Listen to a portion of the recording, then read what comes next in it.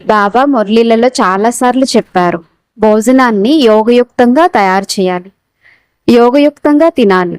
దీని ద్వారా మన యొక్క 50% పవిత్రత సంపన్నంగా అవుతుంది. అనగా 50% పురుషార్థం మనది ఇక్కడే కంప్లీట్ అయిపోతుంది.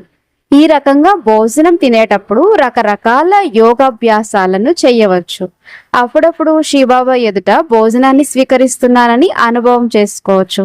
అప్పుడప్పుడు బాబ్దాదాకు తినిపిస్తున్నాను, అప్పుడప్పుడు బాబ్దాదా నాకు తినిపిస్తున్నారు, ఇలా కూడా అనుభవం చేసుకోవచ్చు.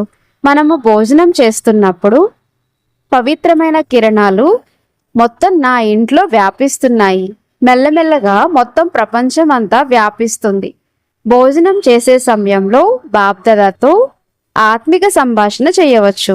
ఈ రకంగా రకరకాలుగా రమణీయకమైనటువంటి అనుభవాలతో మనము భోజనాన్ని స్వీకరించాలి.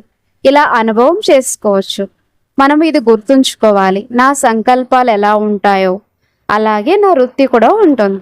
ఏ విధంగా శాంతి స్వరూపం, పవిత్ర స్వరూప, శక్తి స్వరూపము, అదే విధంగా ఆ వృత్తితో పాటు వాయుమండలం శుద్ధిగా అయిపోతుంది. ఆ భోజనాన్ని స్వీకరించడంతో మన యొక్క ఆలోచనలు కూడా పవిత్రంగా శుద్ధంగా అవుతాయి. ఈ అభ్యాసంను మనము ప్రతిరోజు చెయ్యాలి. అచ్చా, మంచిది.